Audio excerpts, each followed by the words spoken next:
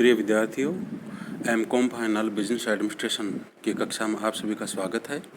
मैं doctor RM Yadav, associate professor, PG department of business administration, RL Saharia college Kaladera, Jaipur. मैं आज आपको एमकॉम फाइनल के optional paper second management of cooperative institutions, सहकारी संस्थाओं का प्रबंध विषय के महत्वपूर्ण टॉपिक है इम्पोर्टेंस ऑफ कोऑपरेशन, सहकारिता का महत्व के संबंध में आप लोगों को बताने जा रहा हूँ।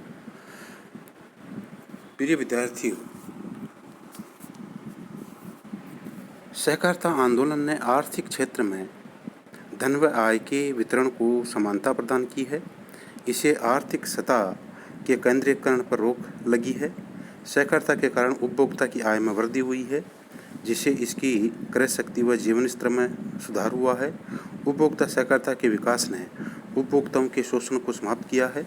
सहकारिता के कारण कृषि क्षेत्र में साख सुविधाओं का विस्तार हुआ है और किसान को उसकी उपज का उचित मूल्य मिलने लगा है। गृह निर्माण सहकारी समितियों ने बढ़ती हुई जनसंख्या के लिए आवास समस्या को हल करने में योगदान दिया है। इस प्रकार सहकारी संगठन देश के आर्थिक विकास में महत्वपूर्ण योगदान प्रदान कर रहे हैं।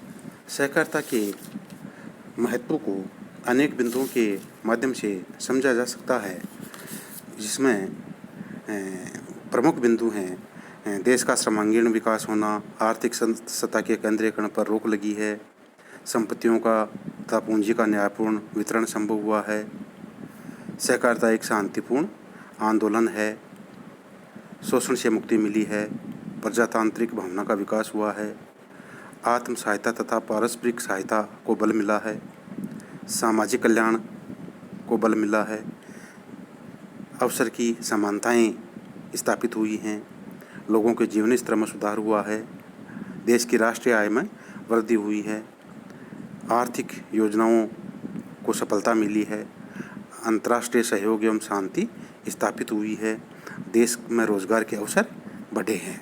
अनेक प्रकार के महत्व सहकारिता के हैं। कुछ प्रमुख बिंदुओं को मैं आपको स्पष्ट करने जा रहा हूं। सभी विद्यार्थी ध्यान से सुने।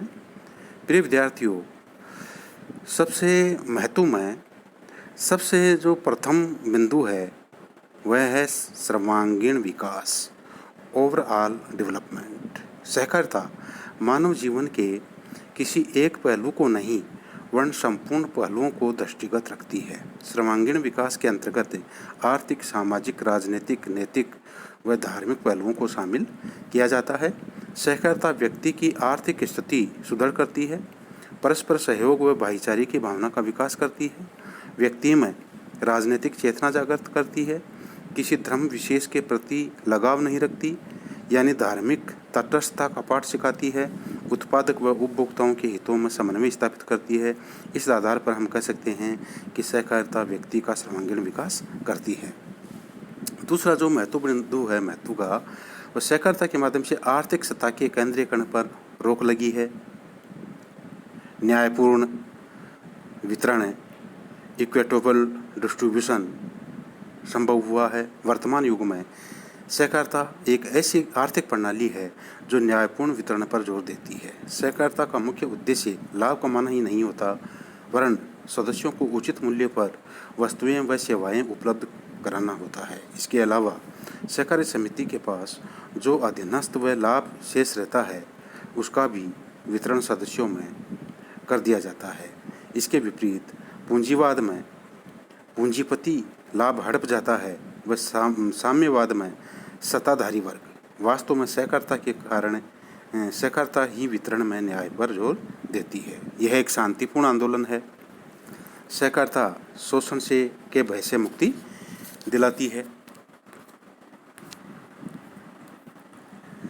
शोषण के भय से मुक्ति दिलाती है। सर्वांगीण विकास संभव हुआ है। नेक्स्ट जो महत्व का बिंदु है प्रजातांत्रिक भावना का विकास। प्रजातांत्रिक भावना का विकास। सहकारिता प्रजातंत्र की जड़ें मजबूत करने पर जोर देती है। इसके अंतर्गत जाति, धर्म, लिंग, इत्यादि के आधार पर कोई भेदभाव नहीं किया जाता तथा सभी व्यक्तियों को मत देने व मत प्राप्त करने का समान अधिकार होता है। समिति के सभी सदस्य समिति के कार्यों में हाथ बटाने के अधिकारी होते हैं तथा समिति स्वशासित संस्था होती है जो अपने सदस्यों को लोकतंत्र का पाठ सिखाती है। नेक्स्ट जो महत्व का बिंदु है वह है आत्म सहायता तथा पारस्परिक सहायता, self help and mutual help. प्रिय विद्यार्थियों, सहकारिता आत्म सहायता तथा पारस्परिक सहायता के सिद्धांत पर आधारित है। सामान्यतः सहकारी समिति ऐसे व्यक्तियों द्वारा बनाई जाती है जो आर्थिक दृष्टि से निर्बल व कमज़ोर होते हैं। ऐसे व्यक्तियों का व्यक्तिगत महत्व कुछ नहीं होता है, अतः अपने व्यक्तिगत हितों की रक्षा के लिए वे मिलकर संगठन बना लेते हैं जिससे वे पहले की अपेक्षा अधिक शक्तिशाली हो जाते हैं, जिससे कोई शक्तिशाली वर्ग उनके हितों पर कुठाराघात न कर सके और वे अपनी आत्मरक्षा परस्पर सहायता द्वारा कर सके। इसमें सदस्य एक दूसरे की सहायता करते हुए स्वयं को सहायता करते हैं। नेक्स्ट जो इम्पोर्टेंस का बिंदु है वह सामाजिक कल्याण पर बल। सहकारिता केवल एक व्यक्ति के आर्थिक कल्याण पर ही बल नहीं देती वरन उसके सामाजिक व नैतिक कल्याण पर भी बल देती है। सहकारिता का उद्देश्य एक व्यक्ति विशेष की भलाई करना नहीं है वरन संपूर्ण समाज या समुदाय का विकास करना है। यही कारण है कि सहकारिता मानवीय मूल्यों पर सबसे अधिक जोर देती है।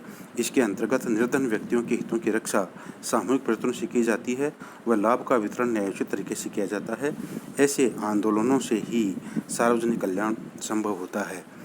इन सब बिंदुओं के अतिरिक्त और कई बिंदु हैं, जैसे सहकारिता एक मध्यम मार्ग है, इसमें प्रत्येक व्यक्ति को अवसर की समानता मिलती है, लोगों के जीवन स्तर में सुधार होता है, देश की राष्ट्रीय आय में वृद्धि होती है, प्रति व्यक्ति आय में वृद्धि होती है, आर्थिक योजनाओं को सफलता प्राप्त होती है, अंतर्राष्ट्रीय सहयोग एवं शांति स्थापित होती है, रोजगार के अवसरों में वृद्धि होती है। ये सारे सहकारिता के महत्व के बिंदु हैं। आज मैंने आपको सहकारिता के महत्व के बारे में डिटेल से बतलाया।